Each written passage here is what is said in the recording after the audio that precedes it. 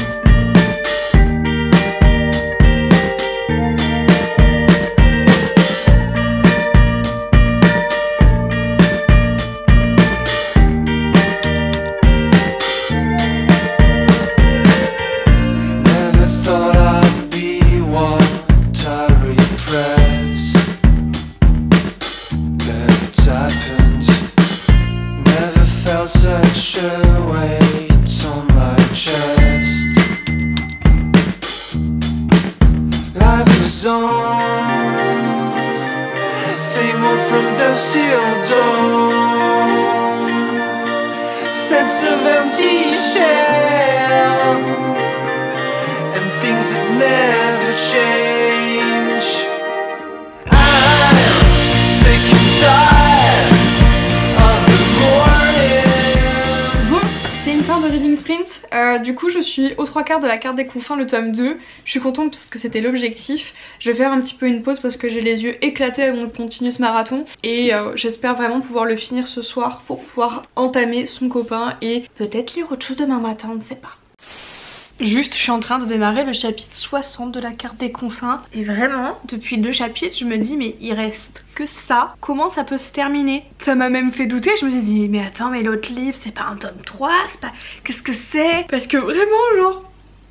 La quête n'est pas finie. Et là les personnages, là j'ai l'impression que Marie Replin elle s'est fait plaisir hein. Elle est un petit peu cruelle dans le genre. Et vraiment je me dis mais comment ça pue? Ça pue.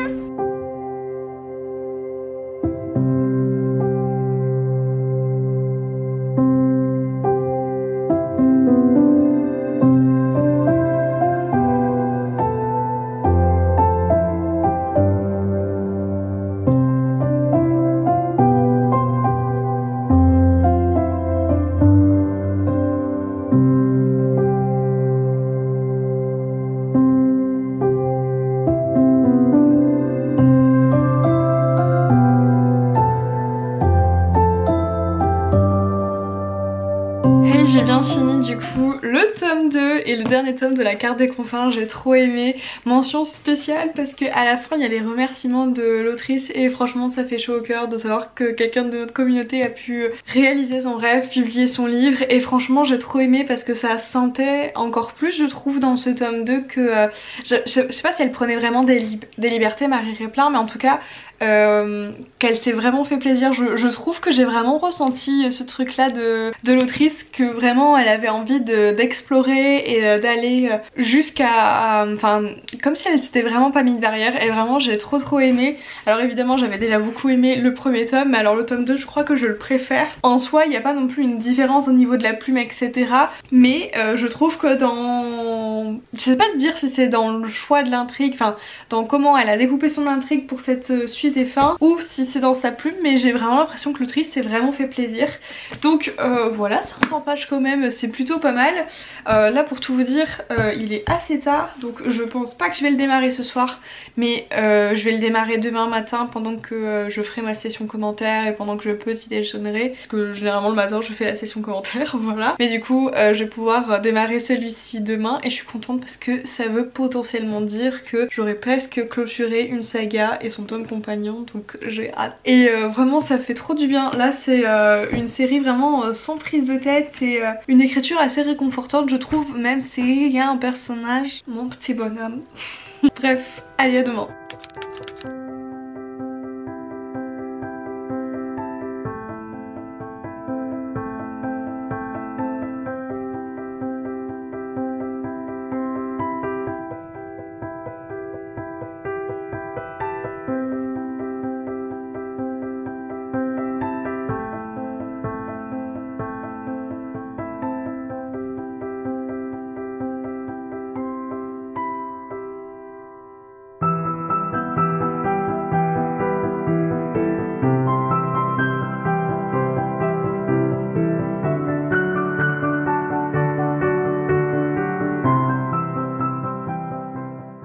One week later. Hello! Non, ce n'est pas mon jardin, je n'ai pas de jardin à mon appartement à Nantes. Ce qu'il s'est passé, il y a eu comme un petit couac, c'est-à-dire que après le ridaton, c'était un peu les préparatifs pour notre déménagement, parce qu'on avait prévu de déménager avec mon copain, plus chercher un logement, plus beaucoup d'autres choses qui se sont passées à côté, et j'en ai juste oublié de clôturer le vlog. Il y a effectivement les scènes du matin comme vous pouvez en attester, mais la conclusion elle n'y est pas, et donc là on est je ne sais plus trop combien de jours après. Demain on est le 10, ok, ça fait plus de 9 jours déjà que du coup j'avais complètement zappé de clôturer ce vlog, et du coup pendant une semaine il n'y a pas eu de vidéo. Déjà on est pendant l'été, donc on repasse à une vidéo par semaine histoire que je puisse un petit peu me reposer. Cette année pour le coup gérer mon déménagement et accessoirement essayer de reprendre l'écriture. Je croise les doigts, je vais vraiment y arriver, j'ai tout fait pour. C'est juste que là ces dernières semaines sont un petit peu fatigantes parce que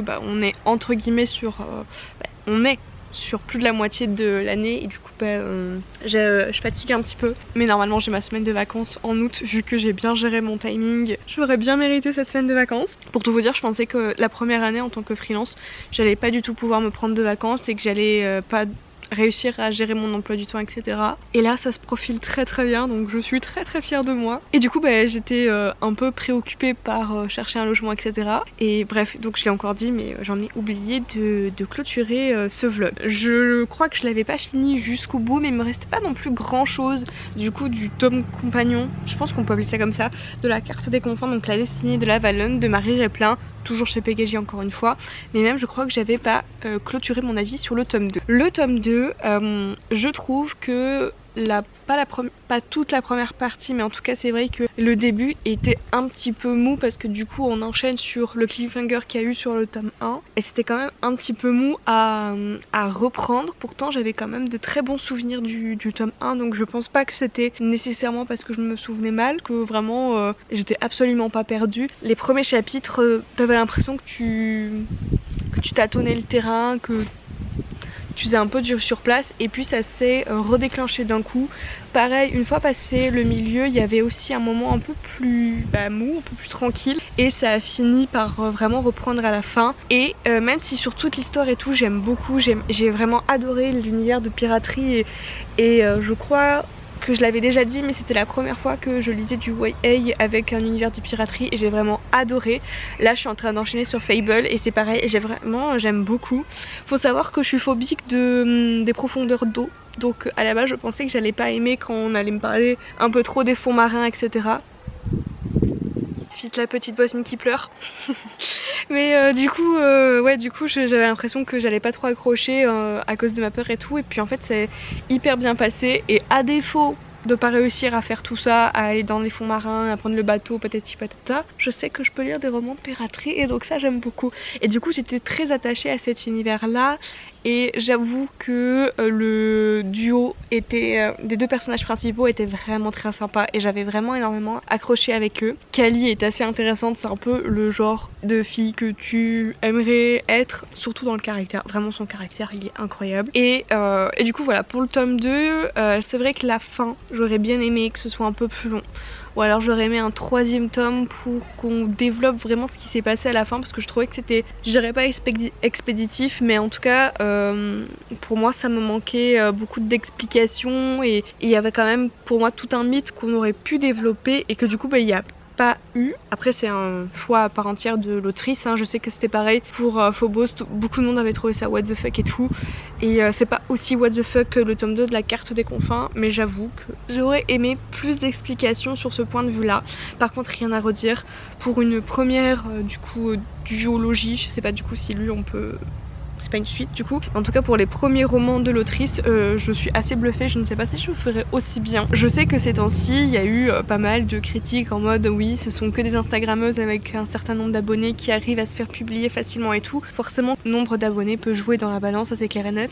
C'est comme un gage de vente auprès des éditeurs, mais en même temps on peut pas leur jeter la pierre, parce que vraiment pour moi Marie Replin a un très gros potentiel, et c'est pas comme une écriture peut-être exceptionnelle, mais en tout cas l'écriture elle est là, la qualité elle est là, l'intrigue elle tient largement debout, plus que debout, et vraiment j'aimerais juste revenir sur ce point là, que certes l'autrice a un compte Instagram avec un certain nombre d'abonnés, par contre cette autrice écrit bien, cette autrice a fait une très belle histoire et ça on peut pas lui enlever, et j'ai rien d'autre à dire, vraiment chapeau madame, chapeau. Et en ce qui concerne ce tome compagnon, j'étais très contente de pouvoir retrouver le personnage de Bold, et j'ai rien de plus à dire parce qu'on apprend effectivement un peu plus de choses sur ce personnage, j'avais déjà depuis de mémoire, mais ce que je voulais dire c'est que même si c'était pas genre un truc, je sais pas comment dire, genre une saga légendaire, ça reste une saga que j'ai bien aimée, et pour tout vous dire ça faisait plus d'1 an du coup que j'avais lu le tome 1 et j'avais vraiment de très bons souvenirs. Ça veut dire que quand même l'autrice a bien fait son taf, parce que